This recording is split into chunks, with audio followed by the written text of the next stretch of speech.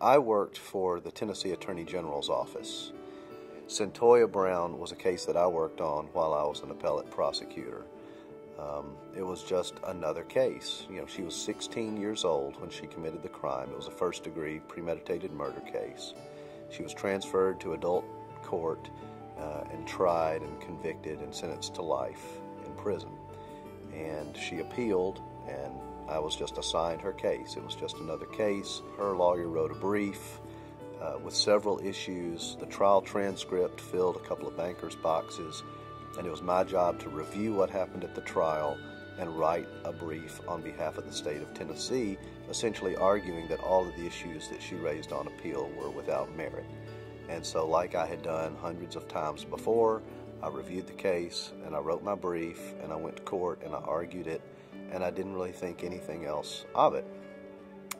And then a few months later, I started teaching a class, Judicial Process, at the Tennessee Prison for Women. And I had 15 inmates from the women's prison enrolled in the class, and then 15 traditional undergraduate students.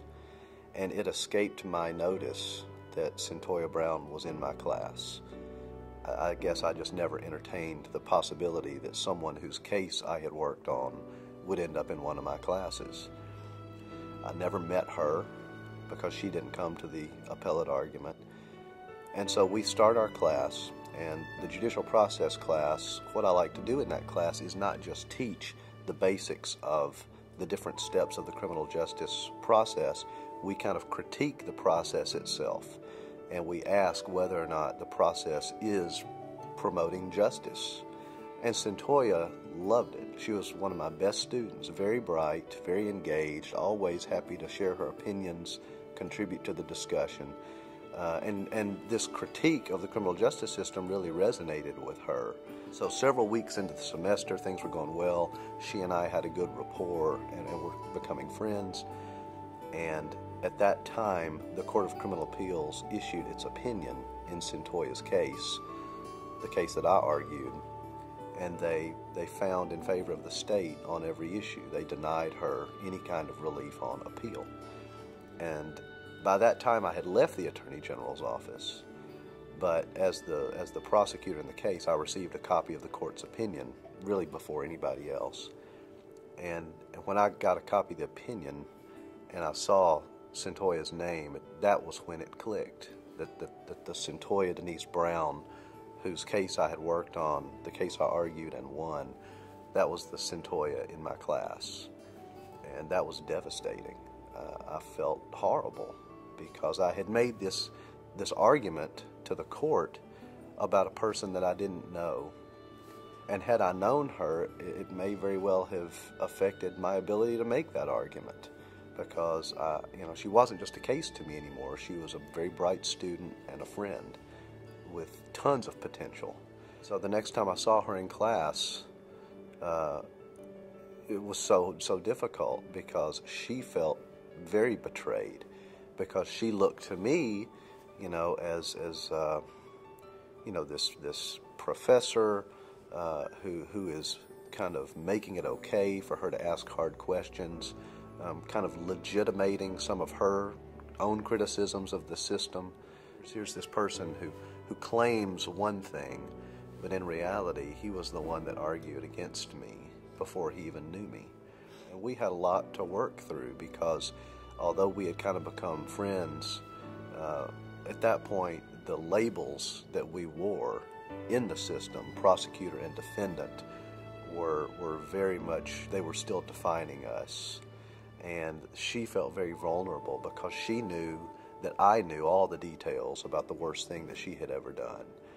And it seemed impossible that we would be able to move forward. And I told her how difficult it was for me to reconcile in my mind the Cyntoia that I had read about in the court transcript and my friend Cyntoia, because it was like they were two different people, and she then shared with me how difficult it was for her to reconcile the Preston who had taught her in class, and kind of opened up a new world of critiquing the criminal justice system, and the Preston who had been a cog in the wheel of that very same system and had stood against her in one of the most important moments of her life. We were able to regard each other in our humanity, and that made all the difference, and we've become friends, and we correspond.